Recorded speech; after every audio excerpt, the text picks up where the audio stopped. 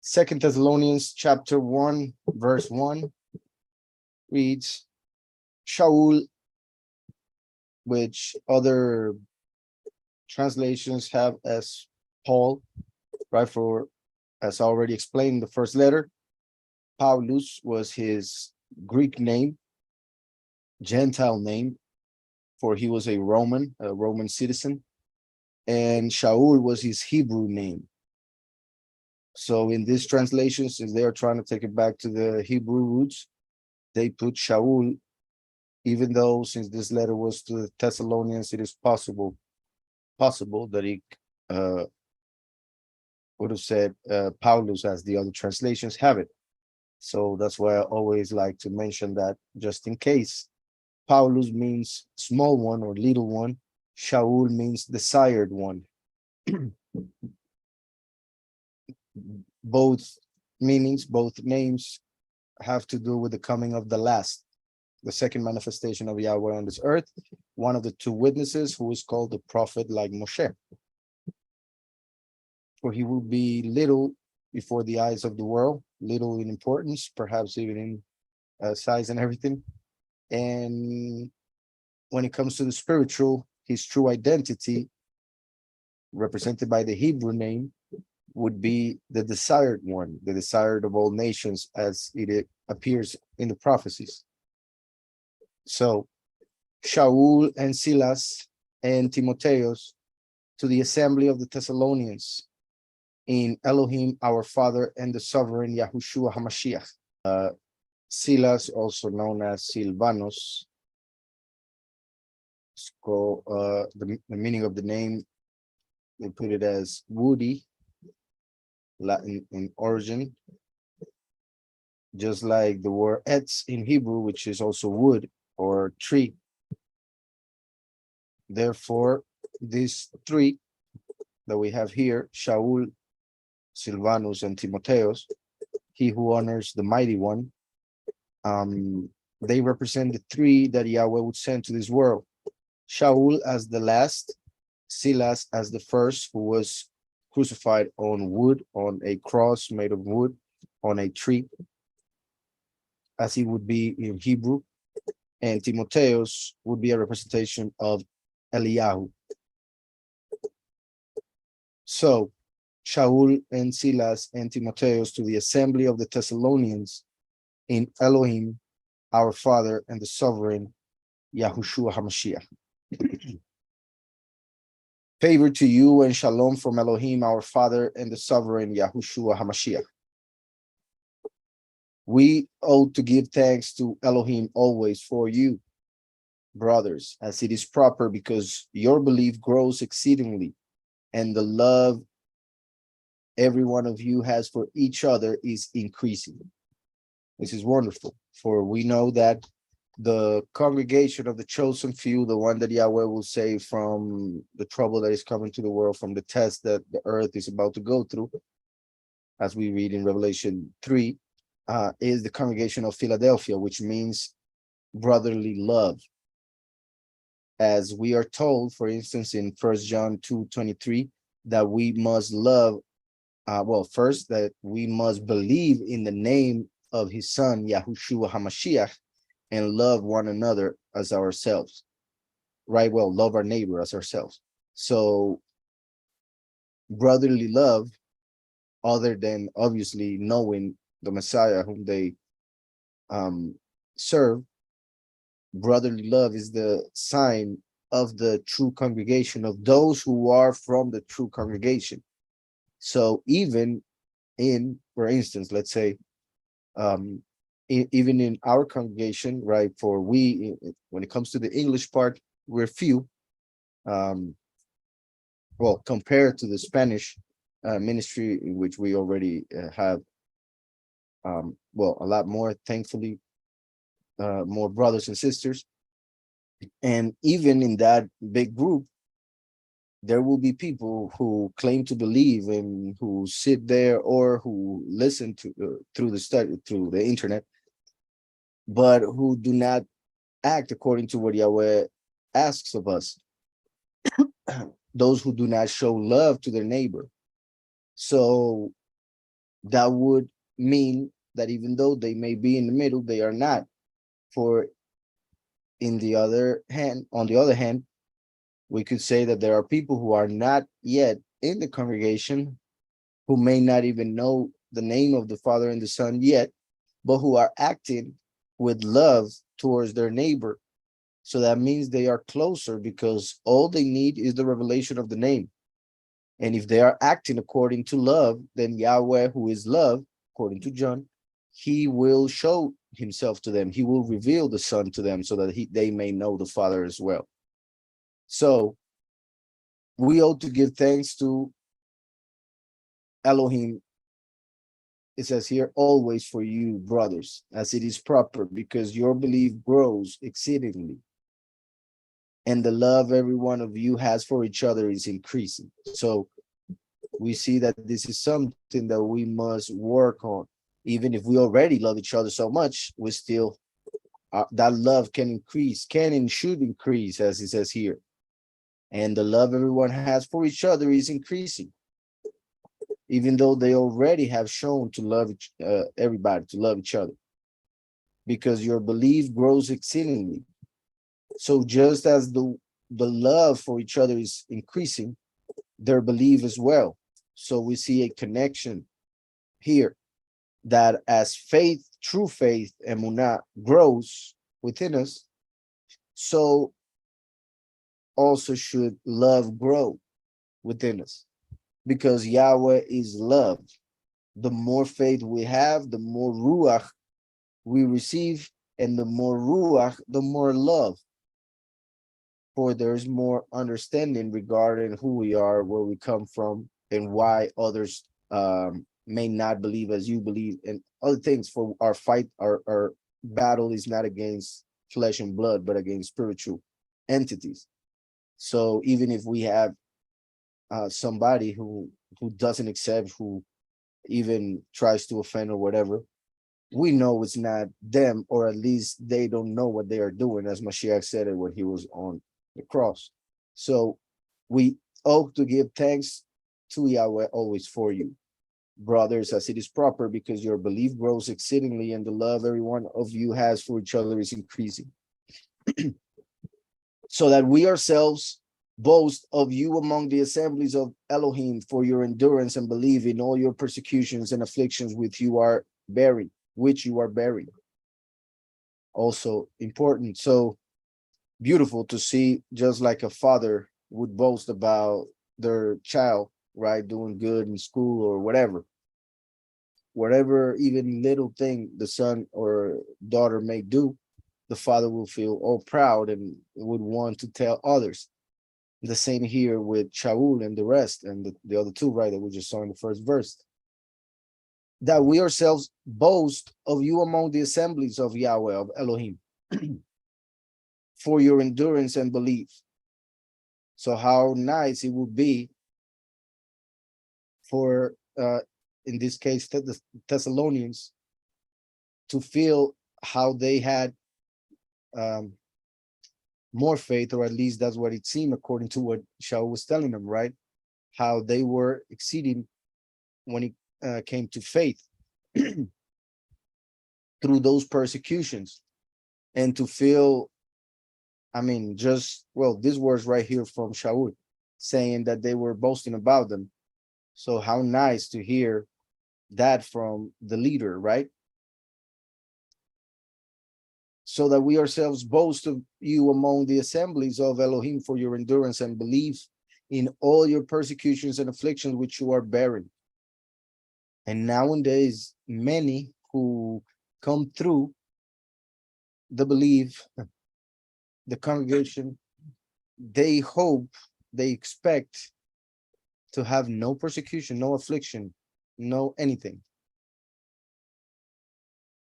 And whatever affliction comes their way, and I'm saying some, right, a few of those who go through, not those who come and stay, right, as in the way, in the Father.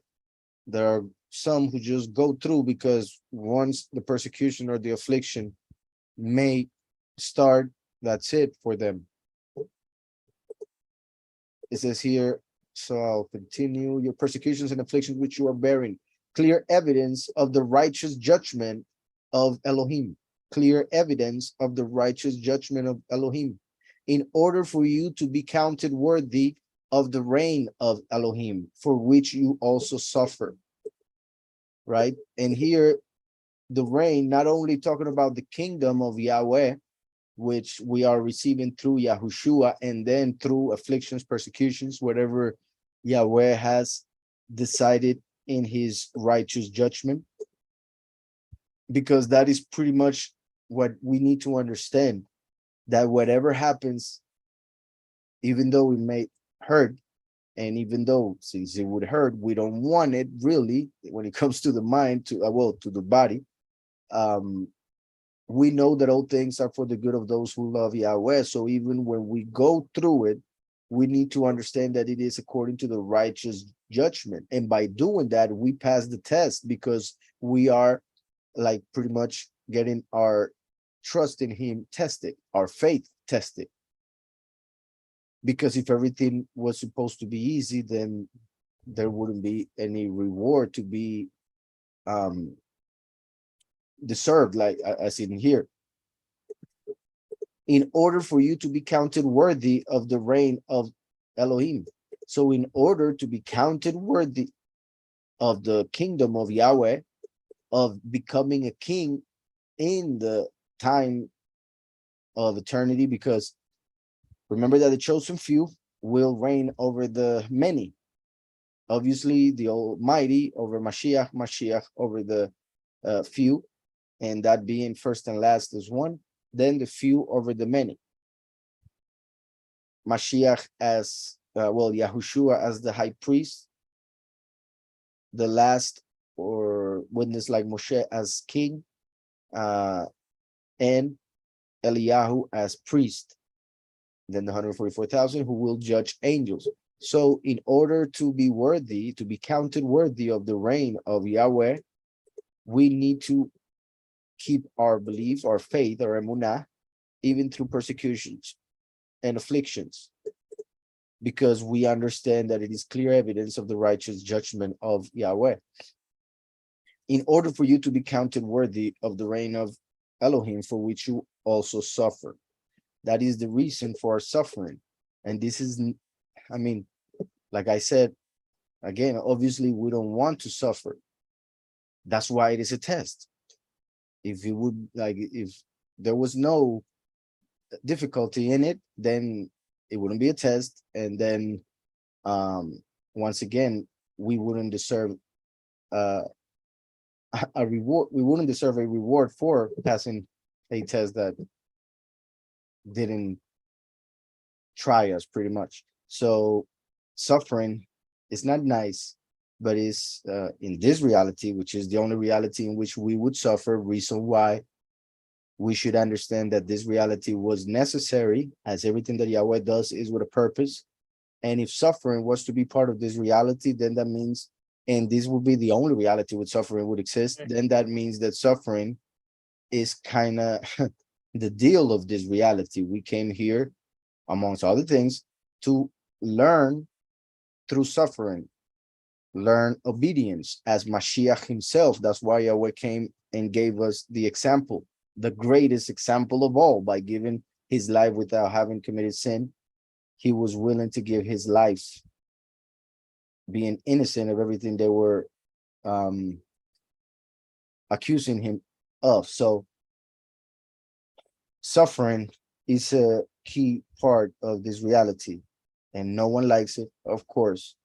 But for those who are of Yahweh, it makes them greater, like gold going through fire, becoming more pure every time it goes through the fire, till it goes 7 times, for instance, as scripture says. So, for which you also suffer.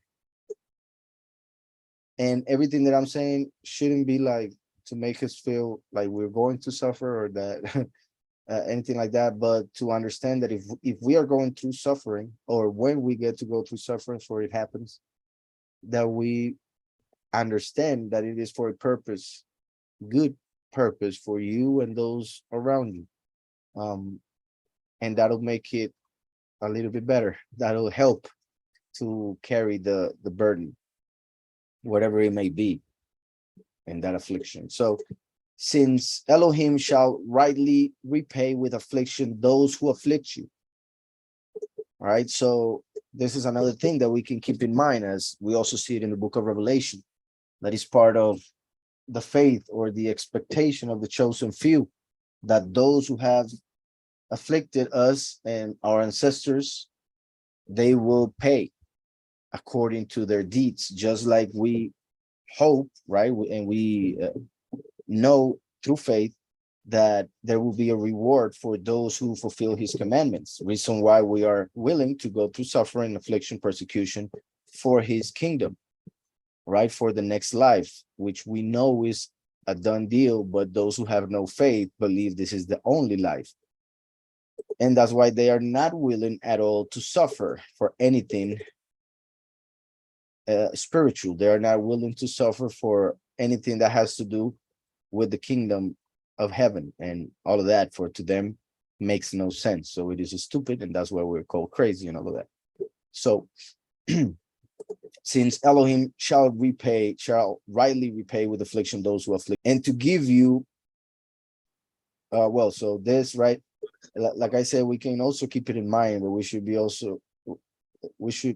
also be careful, because we shouldn't be thinking all day about revenge, about just when will the Almighty destroy that person that did me wrong back in the day, and those feelings, because that'll be not a good way to live. Yahweh said, revenge is mine, I will repay, and he is merciful as well, and he waits for people to repent. But if they don't, then they will have to pay. So we should always trust him and not be in expectation for the destruction of our enemies. That is something that Yahweh will do in his time, and we should always look to forgive and forget, at least as much as possible, because I understand there are certain things that one cannot forget, but at least let go, in the sense of not destroying yourself through wrong feelings, right? Or just destructive feelings. So since Elohim shall rightly repay with affliction those who afflict you, and to give you who are afflicted rest with us, when the sovereign Yahushua is revealed from heaven with his mighty messengers. All right, so here pretty much talking, as we read in the previous letter to the Thessalonians, about the harvest, the transformation, in which everybody that is with him while alive will be gathered together in the prepared place mentioned in Revelation 12, to be there for 3.5 years, and then enter pretty much the kingdom of Yahweh, when when it will be established on this earth for 1,000 years. So here we can also see it as, right, Shaul and the other two would be in paradise with Mashiach, for Paul said, for me to live is Mashiach. No, but that's another verse. But I was thinking of the verse regarding that to be present, to be outside of the body would be to be present before Yahweh, before Mashiach, while being in the body, in order for him to preach and continue to spread the good news. So for them to have left already this reality, they are in his presence, and therefore it says, and to give you who are afflicted rest, right? Though to give you who are still in the world, going through affliction, persecution, whatever it may be, rest with us, as in through the transformation, when the time comes for the chosen few, when the sovereign Yahushua is revealed. Finally, everybody will realize, will see and understand, even if it is for condemnation when it comes to those from the nations. the sovereign Yahushua is revealed from heaven with his mighty messengers, right? With that, which, as we saw in the previous letter, it refers to the time of the transformation. What, well, Christians have the doctrine of the rapture, but that word and the way they teach it is not correct, as we also saw in the previous letter. So I won't mention that much on this one unless you guys have questions. And to give you who are afflicted rest with us when the sovereign Yahushua is revealed from heaven with his mighty messengers. And to give you who are afflicted, we can take this in a couple ways, like those Shaul, Silas or Silas, and Timotheus, who now would be in the presence of Mashiach, saying to those who read the scriptures given by Yahweh through them, that they would be gathered eventually during the resurrection and the transformation, while the other interpretation, which is pretty much what we see here in the literal, it is referring to the time of the harvest, the transformation, in which they were hoping to be part of, but they didn't know, like I said in the previous studies, because as Acts 1 says, it wasn't given to them to know the times, because there will be 2,000 years more, and we needed these writings. And if they knew that it was 2,000 years later, they wouldn't have written this. Something interesting also to think about, and the reason why I say that is because Shaul, when he was writing these letters, he didn't know that his letters were going to be part of the scriptures. He was being inspired by the Ruach, but he thought they were just letters he was writing to a congregation. So if he knew that there were 2,000 years later, the coming of the Messiah or the transformation, he would have omitted this details. He would have just kept quiet and said, no, but this won't happen yet, so continue with this and that, or whatever. He wouldn't even mention it, unless obviously the Spirit would tell him, well, you need to write this and that. But then they wouldn't be letters for the congregations that were in that time. So the way the Ruach did it was for a reason. And we see here that it says, and to give you who are afflicted rest with us when the sovereign Yahushua is revealed from heaven with his mighty messengers. With his mighty messengers, as we see in Revelation 14, for instance, that it talks about the Messiah coming during the harvest, gathering everybody, sending his messengers to gather everybody, as he also said it in Matthew 24, we're talking of the end and other things. So, and to give you who are afflicted rest with us when the sovereign Yahushua is revealed. So revealed when everybody will finally see and know. But in the harvest, obviously, only those who will be harvested will see that revelation. But later on, eventually, for instance, during Revelation 19, the war of Harmagedon, Mashiach comes on a white horse with his heavenly army behind him. So he will be revealed to the world openly, flaming fire. So Yahushua came as the water of life. The last comes as the consuming fire. Yahushua said that the coming of the Son of Man would be like the days of Lot. Lot, he experienced something that was a representation of the end times. And the destruction that fell on Sodom and Gomorrah was through fire. So when Yahushua tells us that the coming of the Son of Man will be like the days of Lot, he's pretty much telling us that the destruction that is coming to the world will be through fire. So, and when it comes to the fact that he also says the coming of the Son of Man will be like the days of Noah, refers to the fact that it will be worldwide, because he already promised that he wouldn't destroy the whole world through water again. So that leaves fire, as it is prophesied through what happened to Lot, or not Lot, but Sodom and Gomorrah when Lot left, which represents the second Exodus. Also in Obadiah, the prophet says that Jacob, the house of Jacob is a fire, and the house of Joseph is a flame, because a descendant of Joseph would be the one who would manifest as the last, the flaming fire. In flaming fire, taking vengeance on those who do not know Elohim. Now, remember that, like I said, Yahushua is the water of life. The last is the consuming fire.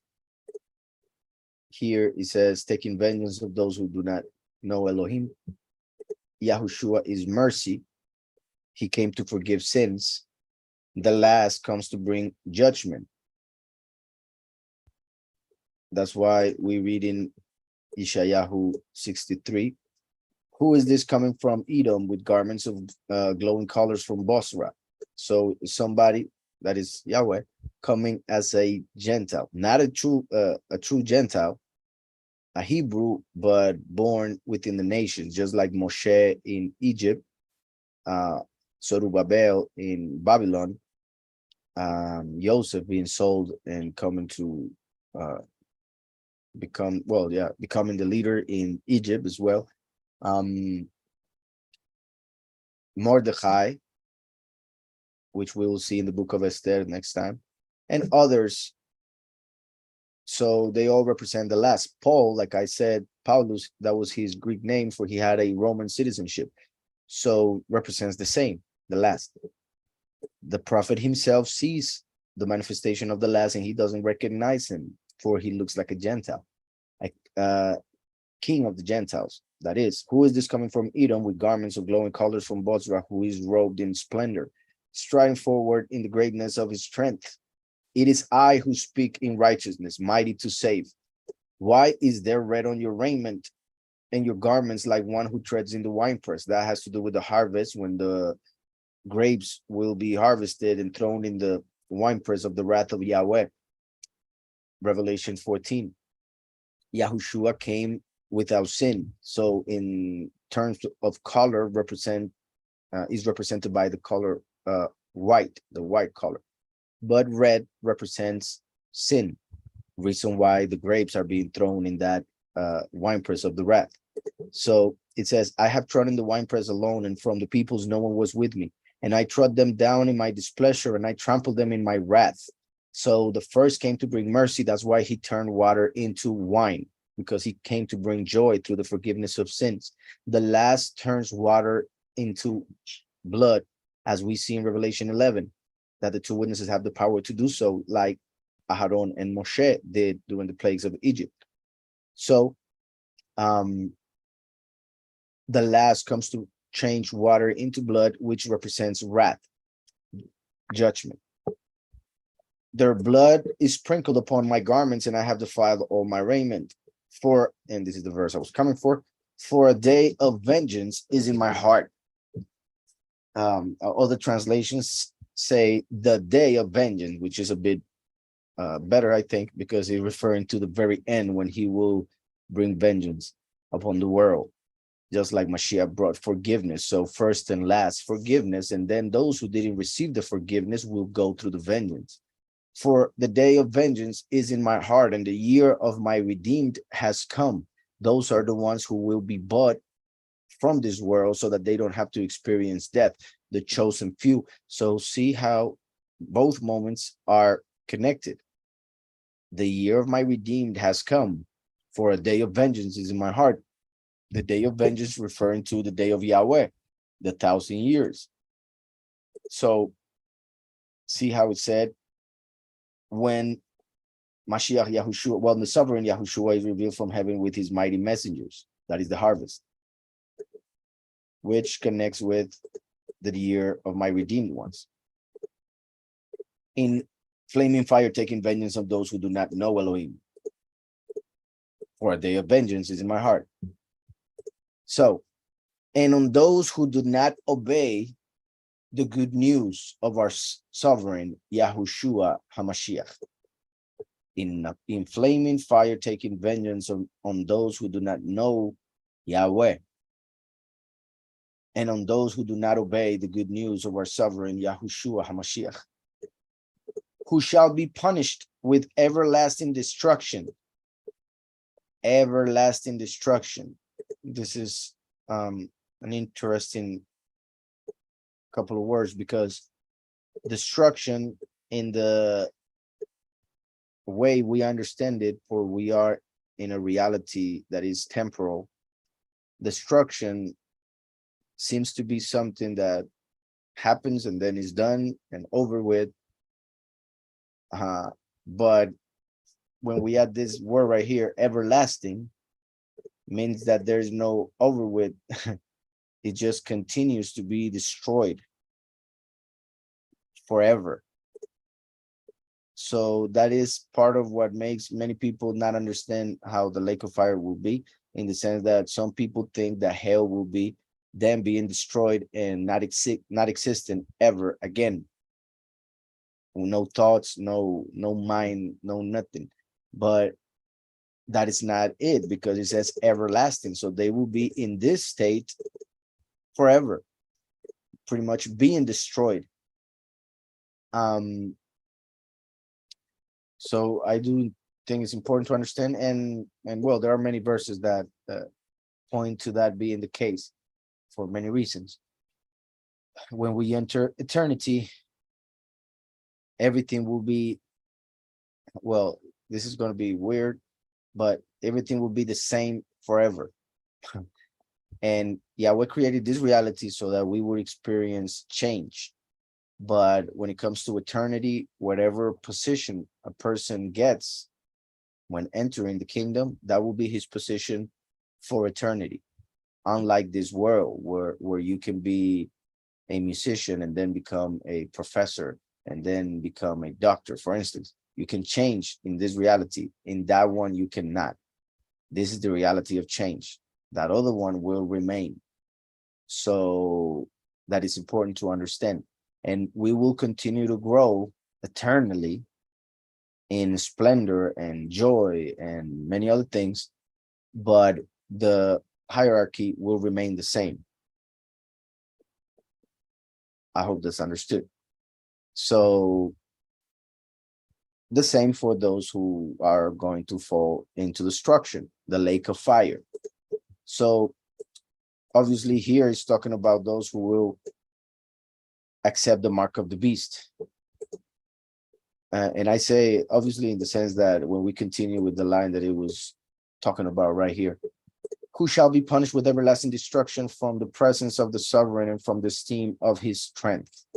Obviously we can add anybody who didn't get the mark of the beast, but they disobeyed Yahweh and did not accept Mashiach. Yet the level of destruction they go through is different in the sense, well, there are different levels in paradise, there are different levels in hell. Just like I was talking about, there will be different levels in the hierarchy of the kingdom of Yahweh, being Yahushua. Well, Yahweh, Yahushua, the last Eliyahu, the chosen few, the many, the nations.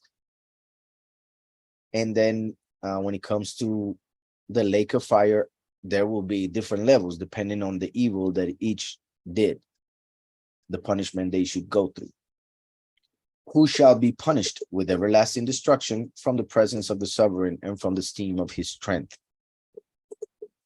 You see, presence, and here the sovereign, I would say, well, it could refer obviously to Mashiach because that, but it's possible that it could refer to Yahweh, because remember that the presence of Yahweh came through Mashiach.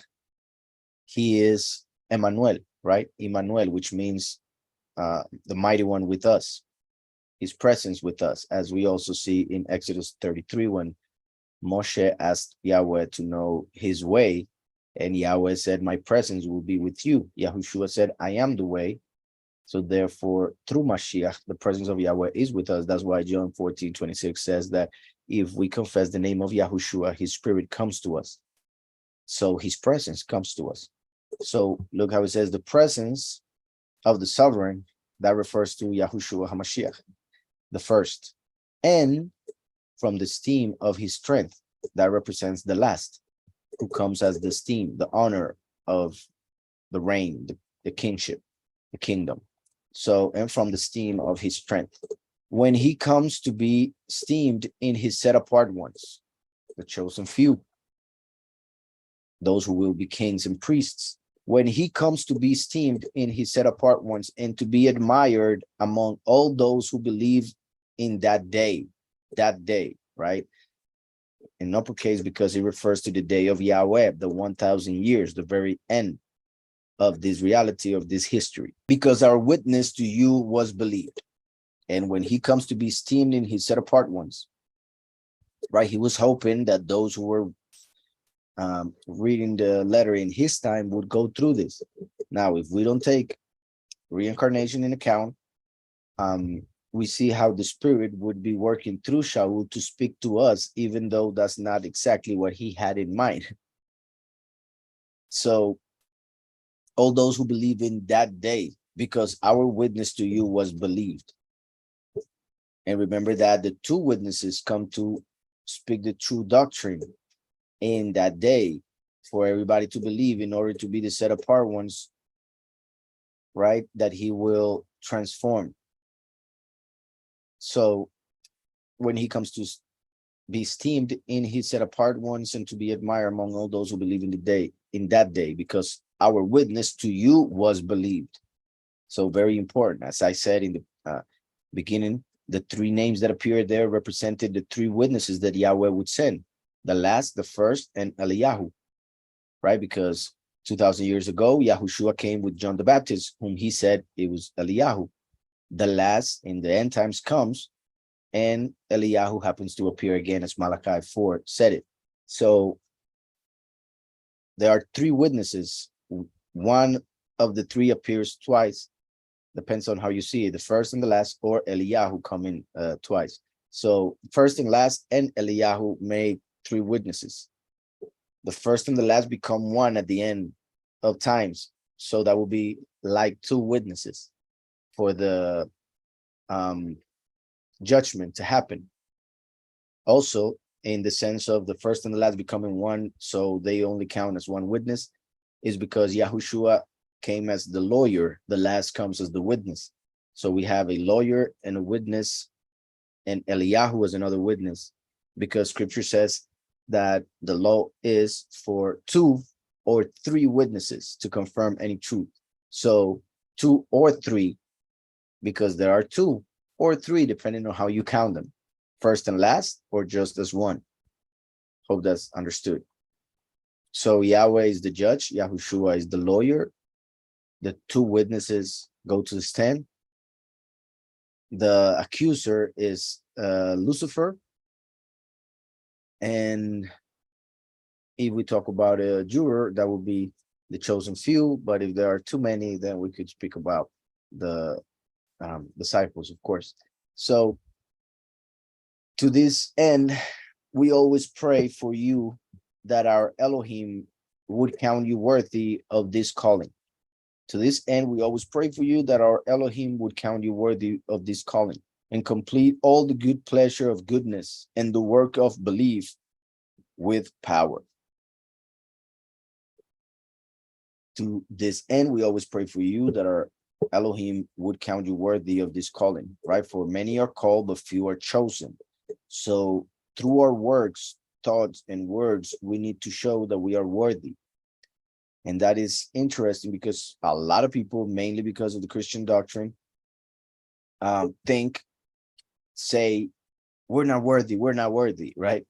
And we weren't worthy to receive forgiveness, but he gave it to us for free.